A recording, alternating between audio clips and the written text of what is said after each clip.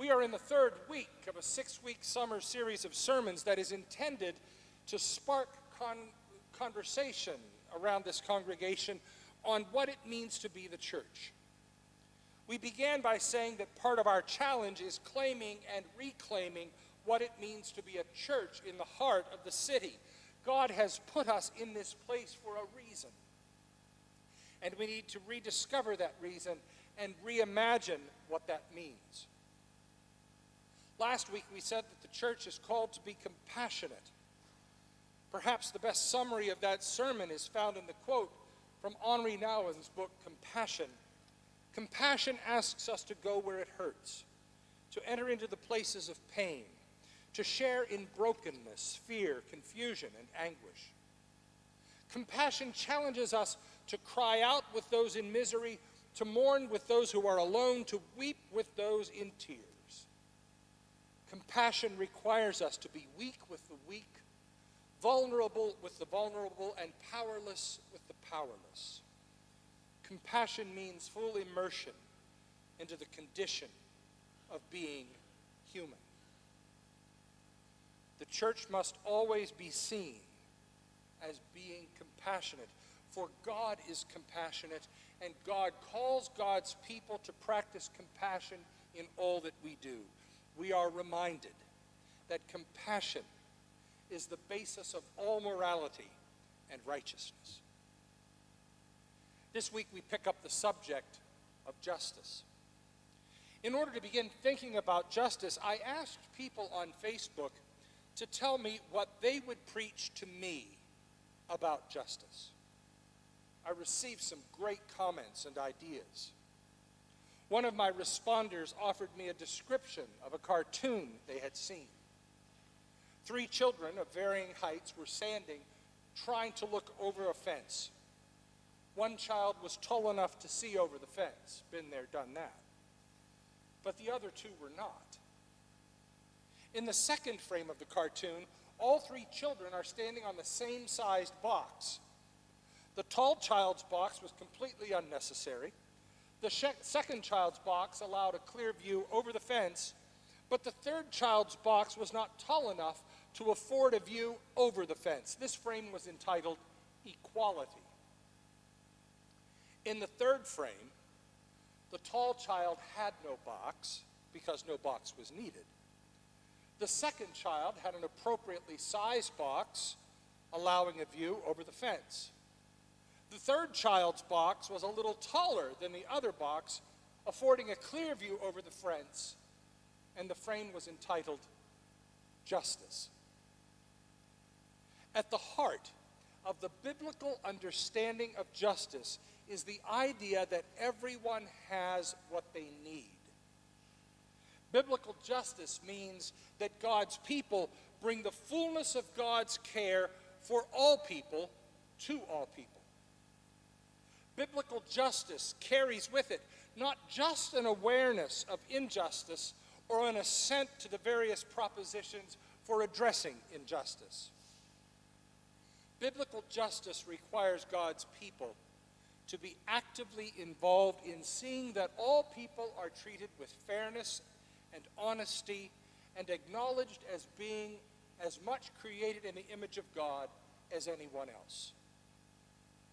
Dr. Cornel West of Union Theological Seminary in the city of New York gives it to us in a sentence that is deceptively simple, but offers us guidance. Dr. West says, "Never forget that justice is what love looks like in public. Justice is compassion being practiced in ways that are visible to all. Justice is making sure that everyone can see over the fence, even if that means helping some a little more, while offering no additional help or any more help than is needed to the rest." When you go into the scriptures, the Old and the New Testaments both, the concept of justice is present. Nowhere in the scripture is that more true than in the writings of the prophets. Now let's clear up a common misunderstanding. Prophets were not given to the people to predict the future. If that were so, they would have been sent with a crystal ball and a really fancy turban. Prophets were given to the people to call them back to God's way, to get the people back on the right track. And what did the prophets say a lot about? Justice. Why?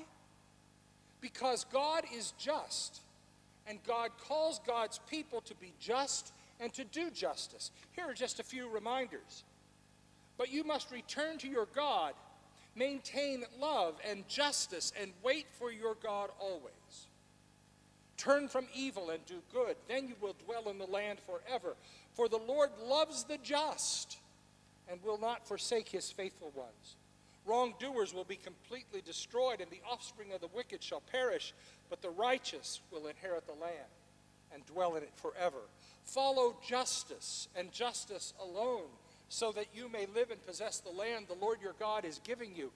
The righteous care about justice for the poor, but the wicked have no such concern. But let justice roll down like waters, and righteousness like an ever-flowing stream. Those are only 5 citations. I could offer you many, many more.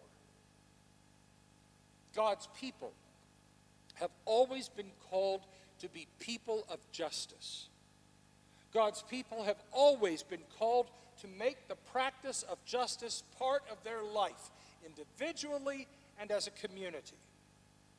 God's people are called to be just because God is just. The challenge before us is the ancient challenge of doing justice even when the world around us would prefer that we didn't. Too often, doing justice upsets the apple cart of everyday normalcy that we've come to expect. Doing justice often requires that we depart from our politically partisan practice. Doing justice may ask us to speak to those who are in a position to make our lives difficult.